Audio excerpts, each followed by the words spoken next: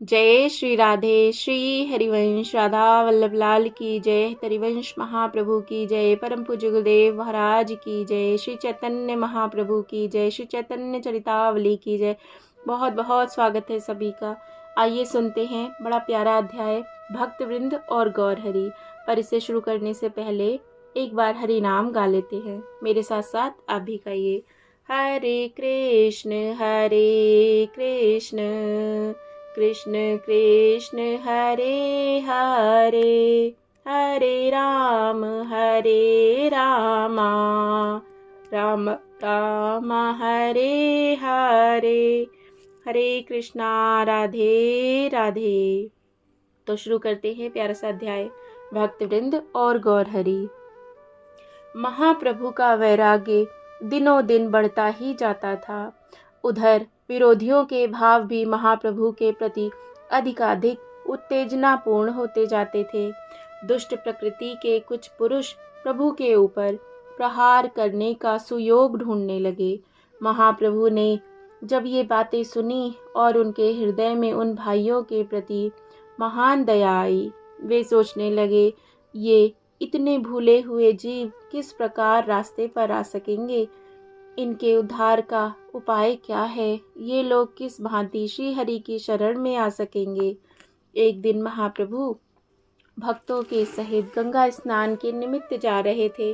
रास्ते में प्रभु ने 2-4 विरोधियों को अपने ऊपर ताने कसते हुए देखा।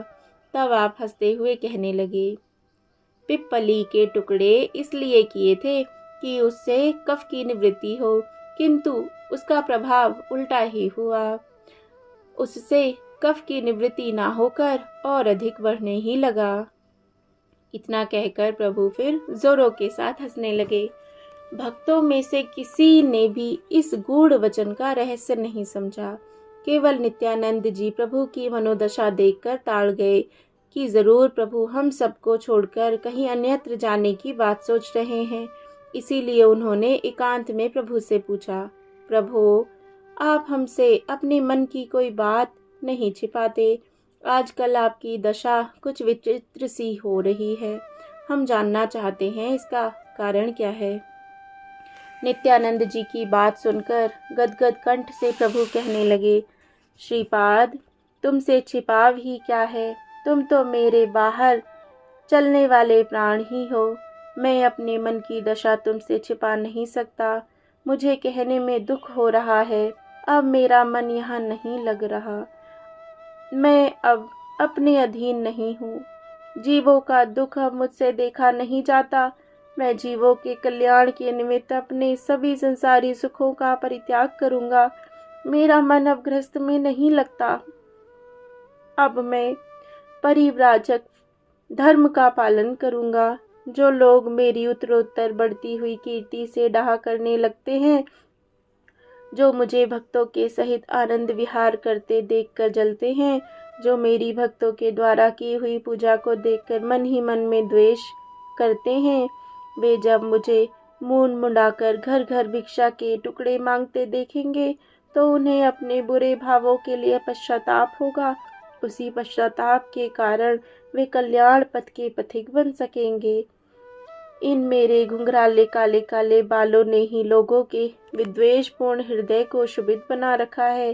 भक्तों द्वारा आंवले के जल से धोए हुए और सुगंधित तेलों से तर हुए ये बाल ही भूले भटके अज्ञानी पुरुषों के हृदय में विद्वेष की अग्नि भभकाते हैं। मैं इन घुंघराले बालों को नष्ट कर दूंगा। शिखा सूत्र का त्याग करके मैं वीतराग सन्यासी बनूंगा। मेरा हृदय अब सन्यासी होने के लिए तड़प रहा है। मुझे वर्तमान दशा में शांति नहीं, सच्चा सुख नहीं। मैं अब पूर्ण शांति और सच्चे सुख की खोज में सन्यासी बनकर द्वार द्वार पर भटकूंगा। मैं अपरिग्रही सन्यासी बनकर सभी प्रकार के परिग्रहों का त्याग करूंगा। श्रीपाद तुम स्वयं त्यागी हो, मेरे पूज्य हो, बड़े हो। मेरे इस काम में रोड़े मत अटकाना। प्रभु की ऐसी बातें सुनते ही नित्यानंद जी अधीर हो गए। उन्हें शरीर का भी होश नहीं रहा। प्रेम के कारण उनके नेत्रों से अश्रु बहने लगे। उनका गला भर आया। रुंधे हुए कंठ से उन्होंने रोते रोते कहा, प्रभो, आप सर्वसमर्थ हैं, सब कुछ कर सकते हैं। मेरी क्या शक्ति है जो आपके काम में रोड़े अटका सकूं? किंतु प्रभो, ये भक्त आपके बिना कैसे जीवित रह सकेंगे? हाय, विष्णु प्रिया की क्या दशा होगी? बूढ़ी माता जीवित ना रह सकेंगी। आपके पीछे वह प्राणों का परित्याग कर देंगी। प्रभो, उनकी अंतिम अभिलाषा भी पूर्ण ना हो सकेगी। अपने प्रिय पुत्र से उन्हें अपने शरीर के दाह कर्म का भी सौभाग्य प्राप्त ना हो सकेगा। प्रभु, निश्चय समझिए, माता आपके बिना जीवित ना रहेंगी। प्रभु ने कुछ गंभीरता के स्वर में नित्यानंद जी से कहा, श्रीपाद, आप तो ज्ञानी हैं, सब कुछ समझते हैं। सभी प्राणी अपने अपने कर्मों के अधीन हैं। जितने दिनों का जिसके साथ जिसका संबंध होता है, वह उतने ही दिनों तक उसके साथ रह सकता है। सभी अपने अपने प्रारब्ध कर्मों से विवश हैं। प्रभु की बातें सुनकर नित्यानंद जी चुप रहे। प्रभु उठकर मुकुंद के समीप चले आए। मुकुंद दत्त का गला बड़ा ही सुरीला था। प्रभु को उनके पद बहुत सुंदर लगते थे। वे बहुधा मुकुंद दत्त से भक्ति रस के अपूर्व पद गवा गवा कर अपने मन को संतुष्ट किया करते थे। प्रभु को अपने यहाँ आते हुए देखकर मुकुंद ने जल्दी से उठकर प्रभु की चरण वंदना की और बैठने के लिए सुंदर आसन दिया। प्रभु ने बैठते ही मुकुंद दत्त से कोई पद गाने के लिए कहा। मुकुंद बड़े स्वर के साथ गाने लगे। मुकुंद के पद को सुनकर प्रभु प्रेम में गदगद हो उठे। फिर प्रेम से मुकुंद दत्त का आलिंगन करते हुए बोले, मुकुंद, अब देखे तुम्हारे पद कब सुनने को मिलेंगे।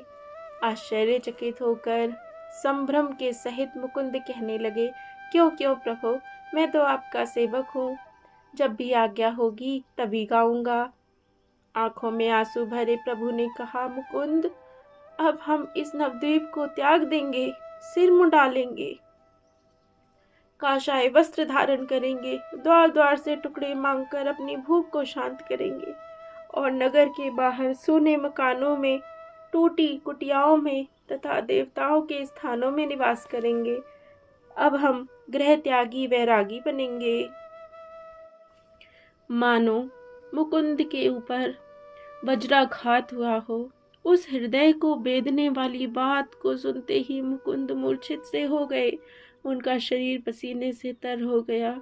बड़े ही दुख से कातर स्वर में वे विलख विलख कर कहने लगे, प्रभु, हृदय को फाड़ देने वाली बात आप यह कैसी बात करते हैं? हाय, इसलिए आपने इतना स्नेह बढ़ाया था क्या?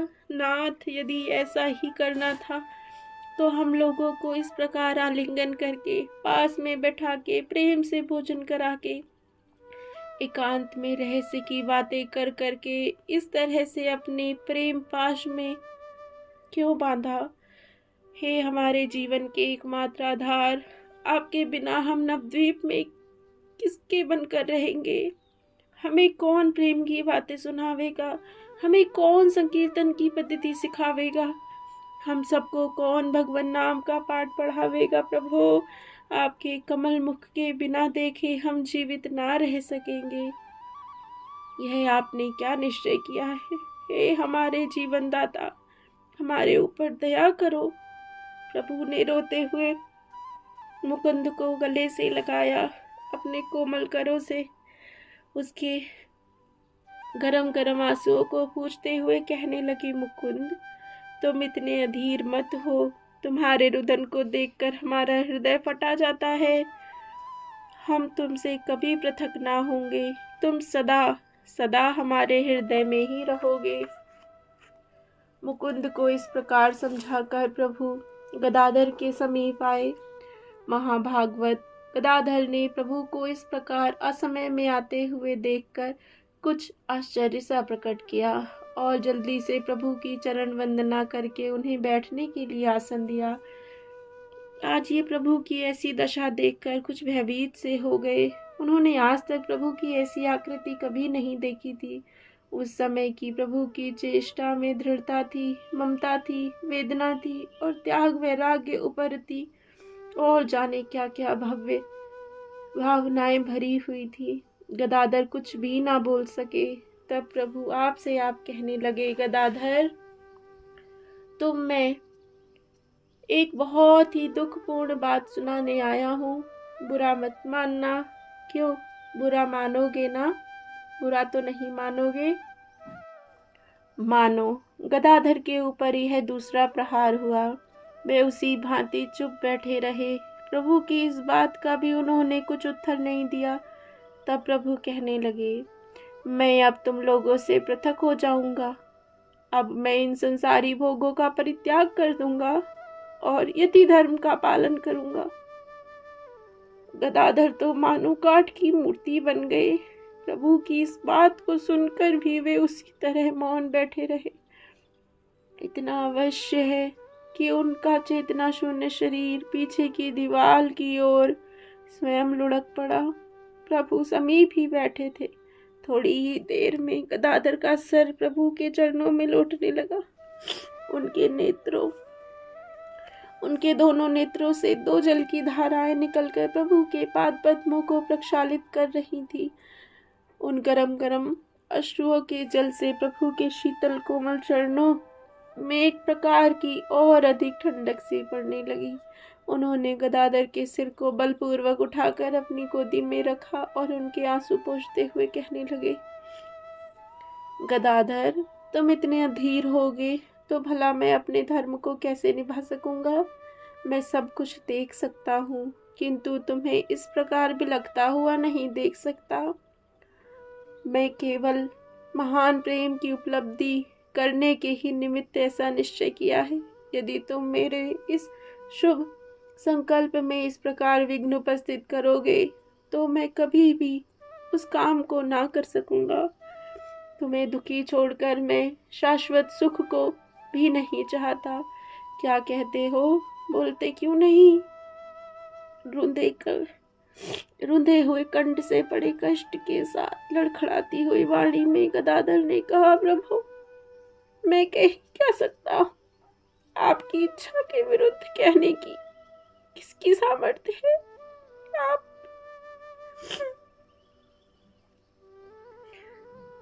आप स्वतंत्र ईश्वर हैं। प्रभु ने कहा, मैं तुमसे आज्ञा चाहता हूँ। गदाधर अब अपने वेग को और अधिक ना रोक सके। वे डाहा मार मार कर जोरों से रुदन करने लगे। प्रभु भी अधीर हो उठे। उस समय का दृश्य बड़ा ही करुणापूर्ण था। प्रभु की प्रेम में गोद में पड़े हुए गदाधर अबोध बालक की भांति फूट फूट कर रुदन कर रहे थे। प्रभु उनके सिर पर हाथ फेरते हुए उन्हें ढांढस बंधा रहे थे। प्रभु अपने अश्रुओं को वस्त्र के छोर से पोंछते हुए कह रहे थे, गदाधर, तुम मुझसे पृथक ना रह सकोगे। मैं जहां भी रहूंगा तुम्हें साथ ही रखूंगा। तुम इतने अधीर क्यों होते हो? तुम्हारे बिना तो मुझे वैकुंठ का सिंहासन भी रुचिकर नहीं होगा। तुम इस प्रकार की अधीरता को छोड़ दो। मंगलमय भगवान सबका भला ही करेंगे। यह कहते कहते गदाधर का हाथ पकड़े हुए प्रभु श्रीवास के घर पहुंचे। गदाधर की दोनों आंखें लाल हुई, नाक से पानी बह रहा था, शरीर लड़खड़ा रहा था। कहीं पैर रखते थे, कहीं जाकर पड़ते थे। संपूर्ण देह डगमगा रही थी। प्रभु के हाथ के सहारे वे यंत्र की तरह चल रहे थे। प्रभु उस समय सावधान थे। श्रीवास सब कुछ समझ गए। उनसे पहले ही नित्यानंद जी ने आकर यह बात कह दी थी। वे प्रभु को देखते ही रुदन करने लगे। प्रभु ने कहा, आप मेरे पिता के तुल्य हैं। जब आप ही इस तरह मुझे हतोत्साहित करेंगे तो मैं अपने धर्म का पालन कैसे कर सकूंगा? मैं कोई बुरा काम करने नहीं जा रहा, केवल अपने शरीर के स्वार्थ के निमित्त भी संन्यास नहीं ले रहा। आजकल मेरी दशा उस महाजन साहूकार सी है जिसका नाम तो बड़ा भारी है, किंतु पास में पैसा एक भी ना हो। मेरे पास प्रेम का भाव है। आप सब लोगों को संसारी भोग्य पदार्थों की ना तो इच्छा ही है और ना कमी ही। आप सभी भक्त प्रेम के भूखे हैं। मैं अब परदेश जा रहा हूँ। जिस प्रकार महाजन परदेशों में जाकर धन कमा लाता है और उस धन से अपने कुटुंब परिवार के सभी स्वजनों का समान भाव से पालन पोषण करता है, उसी प्रकार मैं भी प्रेम रूपी धन कमाकर आप लोगों के लिए लाऊंगा। तब हम सभी मिलकर उसका उपभोग करेंगे। कुछ क्षीण स्वर में श्रीवास पंडित ने कहा, प्रभु, जो बड़भागी भक्त आपके लौटने तक जीवित रह सकेंगे वे ही आपकी कमाई का उपभोग कर सकेंगे। हम लोग तो आपके बिना जीवित ही नहीं रह सकते। प्रभु ने कहा, पंडित जी, आप ही हम सबके पूज्य हैं। मुझे कहने में लज्जा लगती है, किंतु प्रसंगवश कहना ही पड़ता है कि आपके ही द्वारा हम सभी भक्त इतने दिनों तक प्रेम के सहित संकीर्तन करते हुए भक्ति रसामृत का आस्वादन करते रहे। अब आप ऐसा आशीर्वाद दीजिए कि हम अपने व्रत को पूर्ण रीत्या पालन कर सकें। इतने में ही मुरारी गुप्त भी वहां आ गए। वे तो इस बात को सुनते ही एकदम बेहोश होकर गिर पड़े। बहुत देर के पश्चात चैतन्य लाभ होने पर कहने लगे, प्रभु, आप सर्वसमर्थ हैं, किसी की मानेंगे थोड़े ही। जिसमें आप जीवों का कल्याण समझेंगे वह चाहे आपके प्रियजनों के लिए कितनी भी अप्रिय बात क्यों ना हो उसे भी कर डालेंगे। किंतु हे हम पतितों के एकमात्र आधार, हमें अपने हृदय से ना भुलाइएगा। आपके श्री चरणों की स्मृति बने रहे ऐसा आशीर्वाद देते जाइएगा। आपके चरणों का स्मरण बना रहे तो यह नीरस जीवन भी सार्थक है। आपके चरणों की विस्मृति से अंधकार है और अंधकार ही अज्ञानता का हेतु है। प्रभु ने मुरारी का गाढ़ आलिंगन करते हुए कहा, तुम तो जन्म जन्मांतरों के मेरे प्रिय सुहृद हो। यदि तुम सबको ही भुला दूंगा तो फिर स्मृति को ही रख कर क्या करूंगा। स्मृति तो केवल तुम ही प्रेम बंधुओं के चिंतन करने के लिए रख रखी है। इस प्रकार सभी भक्तों को समझा बुझाकर प्रभु अपने घर चले गए। इधर प्रभु के सभी अंतरंग भक्तों में यह बात बिजली की तरह फैल गई। जो भी सुनता वही हाथ मलने लगता। कोई उर्ध्व श्वास छोड़ता हुआ कहता, हाय, अब यह कमल नयन फिर प्रेम भरी चितवन से हमारी ओर ना देख सकेंगे। कोई कहता, क्या गौर हरि के मुनि मनोहर मुख के दर्शन फिर अब ना हो सकेंगे। कोई कहता, हाय, इन घुंघराले केशों को कौन निर्दयी नाई सिर से अलग कर सकता है। बिना इन घुंघराले बालों वाला यह घुटा सिर भक्तों के हृदय में कैसी दाह उत्पन्न करेगा। कोई कहता, प्रभु का शाय वज्र की झोली बनाकर घर घर टुकड़े मांगते हुए किस प्रकार फिरेंगे। कोई कहता, ये अरुण रंग के कोमल चरण इस कठोर पृथ्वी पर नंगे किस प्रकार देश विदेशों में घूम सकेंगे। कोई पश्चाताप करता हुआ कहता, हम अब उन घुंघराले काले